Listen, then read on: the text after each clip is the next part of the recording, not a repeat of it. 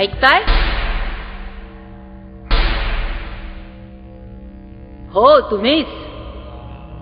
तुमच्याशीच बोलतीये मी. कोण म्हणून काय पुसताय? गंगा गोदावरी मातेची आकाशवाणी होतीये.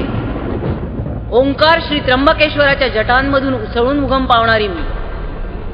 पर्वत कड्यांवरून कोसळणाऱ्या धबधब्यांच्या कुशीत शिरणारी मी.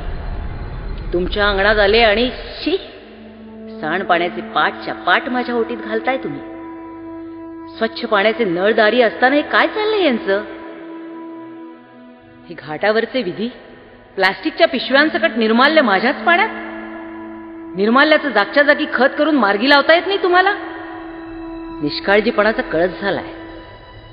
त्या प्लास्टिकच्या पिशव्या खाऊन मासे मरतात, त्यात ही रासायनिक विष.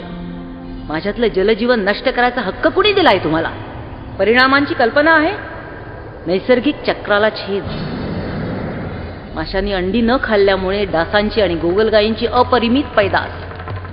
डासांमुळे साथीचे रोग आणि गोगलगायींमुळे पिकांची नासाडी. जबाबदार कोण? रंध्रारंध्रातून माझ्या पात्रात शिरणाऱ्या सांडपाण्यावर, निर्माल्यावर फोफावणारी जलपर्णी भरारा पसरत चाललीय, फोफावत चाललीय. त्याच गलिच्छ पाण्यात उभं राहून चालतं हे जपतप. अरे पाप धुवून निघायला पाणी तीर्थच हवं रे. विसरलात? मग आठवा आणि लक्षात ठेवा कायमचं. प्राचीन भारतीय संस्कृतीची सुरुवात आणि भरभराट नद्यांच्या काठावरच झाली. जीवनसरिता म्हणता मला, म्हणता ना? या जीव घेण्या अवस्थेतून मुक्त करा मला. थांबवा हे सगळं. उगमापासूनच चालू केलेलं हे दुष्ट चक्र रोखा. अन्यथा पसरणाऱ्या रोगराईत ह्या माशांसारखेच बळीजाल हाकणार. डोळे झाक करण्यापेक्षा डोळे उघडा. ठरवा प्रत्येकानं, मी हे थांबवणार माझ्यापुरतं तरी. सुरुवात करणार माझ्या स्वतःपासूनच. घ्या शपथ स्वतःशी. प्लास्टिक पिशव्या प्रवाहात टाकणार नाही. निर्माल्यांचं खत बनवेन आणि सांडपाण्यावर, रासायनिक पाण्यावर प्रक्रिया करेन.